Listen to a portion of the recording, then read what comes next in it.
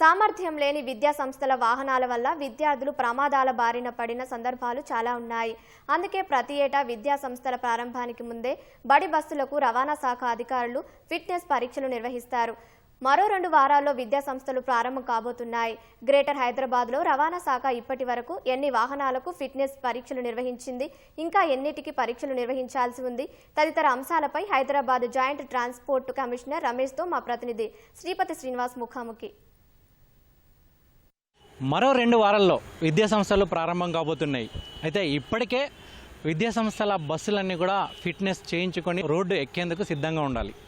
మరి ఇప్పటి వరకు రాష్ట్రంలోని విద్యా సంస్థల బస్సులన్నీ కూడా ఏ మేరకు ఫిట్నెస్ సర్టిఫికెట్లు పొందాయి, ముఖ్యంగా గ్రేటర్ హైదరాబాద్లో ఎన్ని బస్సులు ఫిట్నెస్ సర్టిఫికెట్లు తీసుకున్నాయి, దానికి సంబంధించి మరిన్ని వివరాలు కదా మనతో పాటు హైదరాబాద్ జేటీసీ రమేష్ సార్ ఉన్నారు. సార్, ఈ పాఠశాలలు మరికొద్ది రోజుల్లోనే ప్రారంభం కాబోతున్నాయి. మరి విద్యా సంస్థల వాహనాల మీద ఎటువంటి చర్యలు తీసుకుంటున్నారు?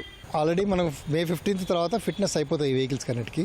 ఈ రంగారెడ్డి, హైదరాబాద్, మేడ్చల్ ఈ 3 జిల్లాల్లో అయితే ఇప్పుడు ఆల్మోస్ట్ 60% కవర్ అయిపోయాయి. ఫర్ ఎగ్జాంపుల్ హైదరాబాద్లో 1265 దాకా ఉంటే సుమారు 700 వెహికల్స్ వరకు ఫిట్నెస్ అయిపోయాయి. బ్యాలెన్సింగ్ 500 June 12 లోపల అయిపోతాయి స్కూల్ బస్సులు. సిమిలర్గా కూడా రంగారెడ్డి డిస్ట్రిక్ట్ మేడ్చల్లో కూడా 60% దాకా అయిపోయాయి. అంటే మొత్తం యాక్చువల్గా ఈ GHMCలోనే ఎక్కువ ఉంటాయి పనులు. దాదాపు 15,350 బస్సులు ఉన్నాయి స్కూల్ బస్సులు, అంటే స్కూల్ కాలేజ్ బస్సులు కూడా. ఎందుకంటే రంగారెడ్డి మేడ్చల్లో కాలేజీలు ఎక్కువ, ఇంజనీరింగ్ కాలేజ్ కానీ మీకు తెలిసినట్టు డిఫరెంట్ బస్సెస్, కాలేజ్ బస్సులు ఎక్కువ, ఈ స్కూల్స్ ఎక్కువ. అంటే కొన్ని పెద్ద ఎక్కువ బస్సెస్ ఉన్న స్కూల్స్ కూడా ఉన్నాయి. DPSలు ఇట్లాంటివి, స్లేట్ స్కూలు ఇట్లాంటివి ఉన్నాయి. నారాయణ చైతన్య వాళ్ళ కాలేజీ బస్సులు ఉంటాయి. సో ఇట్లా కొన్ని ఎక్కువ బస్సులు కూడా ఉండవు. వాళ్ళందరికీ కూడా ఒక అవగాహన కల్పించాలని గవర్నమెంట్ ఆలోచిస్తుంది. అంటే ముఖ్యంగా స్కూల్ పిల్లలు, ఎస్పెషల్లీ అక్కడక్కడ చిన్న పిల్లలు కూడా ఈ టైర్ల కింద పడి పొరపాటున వాళ్ళ పేరెంట్స్ తప్పిదాలనుకోండి బస్సు ఎక్కేప్పుడు వెనకాల చూసుకోకుండా అట్లా టైర్ కింద పడిపోవడం, ఇట్లాంటివి అవాయిడ్ చేయడానికి సేఫ్టీ ప్రికాషన్స్ తీసుకోవాలని అందరికీ చెప్తున్నాము. ఫిట్నెస్ చేసేప్పుడు ఇంకా రావడానికి కూడా ఇంకెక్కువ అవగాహన కల్పిస్తాం. విద్యాసంస్థల యజమానులకు కావచ్చు, లేదంటే డ్రైవర్లకు కావచ్చు, వాళ్ళతో ఉన్నటువంటి క్లీనర్లకు కావచ్చు, ఎటువంటి అవగాహన కార్యక్రమాలు చేపడుతున్నారు? ఆ అవగాహన కార్యక్రమాలు ఏమేమి చెప్తారు? అసలు తెలంగాణ మోటార్ వెహికల్ రూల్సే ఉన్నాయి. గవర్నమెంట్ జియో నెంబర్ 35 కూడా ఉంది. ఎప్పటి నుంచో ఆల్మోస్ట్ గత 10 ఏళ్ళ నుంచి కూడా ఈ సుప్రీంకోర్టు డైరెక్షన్స్ ప్రకారం మనకు రూల్స్ ఉన్నాయి. అందరికీ గైడ్లైన్స్ స్కూల్ యాజమాన్యానికి తెలుసు. ఎందుకంటే ఎవ్రీ ఇయర్ మేము రిఫ్రెషర్ ట్రైనింగ్ కండక్ట్ చేస్తాం. అన్ని స్కూల్స్ కాకపోయినా ఒక దాదాపు శాంపుల్ స్కూల్స్కి ఒక్కొక్క 3-4 స్కూల్స్కి డెఫినెట్ ప్రతి ఆఫీస్లో కండక్ట్ చేస్తాము. అది స్ప్రెడ్ అవుతుంది, అందరికీ తెలుసు కూడా. ప్యాంఫ్లెట్ కూడా ఇస్తాము. ముఖ్యంగా ఈ స్కూల్ బస్సెస్ విషయంలో మనకి చిన్నపిల్లల బస్సెస్ విషయంలో మాత్రం ముఖ్యం హారిజాంటల్ గ్రిల్స్ కంపల్సరీ ఉండాలి. ఒకవేళ పిల్లలు అట్లా చేతులు బయట పెట్టే ఛాన్స్ ఉంటుంది. అట్లా ఉండకుండా కంపల్సరీ హారిజాంటల్ గ్రిల్స్ ఉండాలి సైడ్కి. అట్లాగే మనకి ఫుట్ స్టెప్ చిన్నపిల్లలు ఎక్కడానికి 325 mm కంటే ఎక్కువ ఉండకూడదు. హైట్ అంటే వాళ్ళు పిల్లలు ఎక్కలేకపోతారు కదా.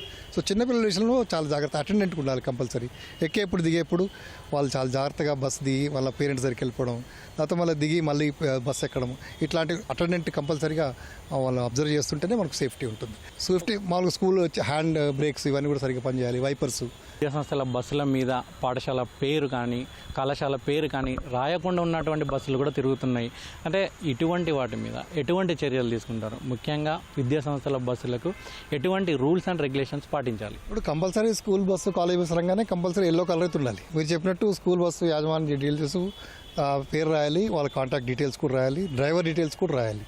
తర్వాత ఇన్ కేస్ ఏమైనా కంప్లైంట్ ఉంటే ఎవరికి కంప్లైంట్ చేయాలని కూడా బస్సు వెనక రాస్తే మంచిది. పేరెంట్స్ కమిటీస్ కూడా ఒక బస్సులో లాగ్ బుక్ మెయింటైన్ చేయాలి. వీళ్ళు పేరెంట్స్ కమిటీస్, పేరెంట్స్ కానీ ఎవరైనా అబ్జర్వేషన్ ఉన్నప్పుడు దాంట్లో వాళ్ళ అబ్జర్వేషన్స్ రికార్డ్ చేయాలి.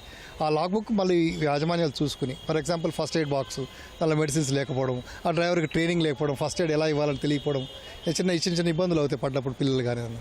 సిమిలర్గా మనకు ఫైర్ ఎక్స్టింగ్విషరు, ఎమర్జెన్సీ ఎగ్జిట్, ఇవి కామన్గా కొంచెం వైలేషన్ ఉండేవి. జనరల్గా సీట్ల కండిషను అవి కూడా చెక్ చేస్తాం. స్కూల్స్, తర్వాత స్కూల్ బ్యాగ్స్ పెట్టుకోవడానికి స్పేస్ ఉందా లేదా, సేఫ్గా పెట్టుకోవడం లేదా, ఎక్కడ దిగడానికి మనకు మామూలుగా మెట్లు సరిగా ఉన్నాయా లేవా, హ్యాండ్ రైల్స్ ఉన్నాయా లేవా, కాన్వెక్స్ మిర్రర్ ఉందా లేదా, రియర్ వ్యూ మిర్రర్ ఉందా లేదా, ఇవన్నీ కూడా చెక్ చేస్తాం. ఈ విద్యా సంస్థల బస్సులతో పాటు ఈ ఆటోలు కావచ్చు, వ్యాన్లు కావచ్చు, వీటిలో పరిమితికి మించి విద్యార్థులను తీసుకెళ్తుంటారు. ఇటువంటివే ప్రమాదాలకు కారణాలుగా మారుతున్నాయి. ఇటువంటి వాటి మీద ఏం చర్యలు తీసుకోబోతున్నారు? వాటిని కంపల్సరీగా ఈ స్కూల్ బస్సులతో పాటు వాటి మీద కూడా మేము చెక్ చేస్తాము. మీరు అన్నట్లు ఓవర్లోడ్ ఉంటే వాళ్ళకి లైసెన్స్లు కూడా మనం యాక్షన్ తీసుకోవచ్చు. డ్రైవర్ ఓనర్ యాజమాన్యాల మీద పర్మిట్ సస్పెండ్ చేయొచ్చు, వాళ్ళ రిజిస్ట్రేషన్ కూడా సస్పెండ్ చేయొచ్చు. రిజిస్ట్రింగ్ అథారిటీకి అన్ని అధికారాలు ఉంటాయి. ఫర్ ఎగ్జాంపుల్ లాస్ట్ ఇయర్ మనం ఈ GHMCలో దాదాపు 400 కేసులు రాసాము. దానిలో 230 కేసెస్ హైదరాబాద్ వాళ్ళే రాసాము. మిగతా రంగారెడ్డి, మేడ్చల్ వాళ్ళు కలిపి బ్యాలెన్స్ కేసెస్ రాసాము. అట్లా ఈసారి కూడా June 12 తర్వాత స్పెషల్ డ్రైవ్ ఉంటుంది. ఆగస్ట్ వరకు ముఖ్యంగా ఇలా మీరు చెప్పే వైలేషన్స్ ఎవరైతే చేస్తారో వాళ్ళందరికీ కూడా డెఫినెట్ కేసులు రాస్తాం. ఓకే, విద్యా సంస్థలు ప్రారంభంలోనే కొన్ని నెల రోజుల వరకు హడావుడి చేసి ఆ తర్వాత పట్టించుకోవట్లేదు అనేది విద్యార్థుల తల్లిదండ్రుల నుంచి వస్తున్నటువంటి ప్రధాన ఆరోపణ. అంటే ఏడాది మొత్తం ఈ తనిఖీలు అనేవి కొనసాగుతూ ఉంటాయా, కొద్ది రోజులు మాత్రమే చేస్తారా? అంటే కొద్ది రోజులు స్పెషల్గా చేస్తాము, ఏడాది రోజు కంపల్సరీ చేస్తాం. కాకపోతే ఈ ఫస్ట్ 2-3 మంత్స్ స్పెషల్గా చేస్తాం కాబట్టి అది ఎక్కువ హైలైట్ అవుతుంది. మిగతా ఇయర్ లాంగ్ కూడా చేస్తాం గ్యారంటీగా. డ్రైవింగ్ సెన్స్ లేని, డ్రైవింగ్ రాని వాళ్ళను కూడా పెట్టుకున్నటువంటి దాఖలాలు కూడా మీ దృష్టికి వచ్చి ఉంటాయి. తనిఖీల్లో అటువంటి వాళ్ళు దొరికినప్పుడు వాళ్ళ మీద ఎటువంటి చర్యలు తీసుకుంటారు? అంటే అలాంటి వాళ్ళు దొరికితే గ్యారంటీగా ఫస్ట్ డ్రైవర్ని తీసేయమని రికమెండ్ చేస్తాం. సాధారణంగా అయితే ఉండరు, బట్ అలాంటి కేసులు కనబడితే మాత్రం ముఖ్యంగా 60 years కంటే ఎక్కువ ఉండకూడదు. మీరు అన్నట్టు డ్రైవర్స్ షార్టేజ్ ఉంది. ఫిట్నెస్ లేని బస్సులు అని అంటే పసిపిల్లల ప్రాణాలతో చెలగటం. మరి అటువంటి వాటి మీద అవగాహన కల్పించాలంటే మరి ఒకవైపు విద్యా సంస్థలు కావచ్చు, లేదంటే తల్లిదండ్రులకు కూడా మీరు ఏం చెప్పదలుచుకున్నారు? అవగాహన సదస్సులు నిర్వహించి దాంట్లో ఒక హ్యాండ్అవుట్స్, బుక్లెట్స్, ఏమేమి ప్రికాషన్స్ తీసుకోవాలి, అటు యాజమాన్యాలకు కానీ డ్రైవర్లకు కానీ అన్ని ఇన్ఫర్మేషన్ ఇద్దాం అనుకుంటున్నాము. సో అన్ని చోట ఇట్లా వైడ్ స్ప్రెడ్ ఉంటే వాళ్ళు గ్యారంటీగా కేర్ఫుల్గా ఉంటారు. సైమల్టేనియస్గా పేరెంట్స్ కూడా, ఎందుకంటే పిల్లల మీద పేరెంట్స్కి ఎక్కువ రూల్స్ యాజమాన్యానికి ఉంటాయి కానీ పేరెంట్స్కి ఎక్కువ అంటే వీళ్ళు సో మెనీ పేరెంట్స్ డీల్ చేయాలి కదా. సో స్కూల్ కంటే పేరెంట్స్ కూడా బాగా యాక్టివ్ ఇన్వాల్వ్ అయ్యి పేరెంట్ కమిటీలు కూడా రెగ్యులర్గా మేనేజ్మెంట్తో ఇంటరాక్ట్ అయ్యి బస్సులు కూడా చెక్ చేసి వాళ్ళ పిల్లల గురించి బాగోగులు చెక్ చేసుకుని సేఫ్గా ట్రాన్స్పోర్టేషన్ జాగ్రత్తలు తీసుకుంటే డెఫినెట్గా సేఫ్టీ ఉంటుంది.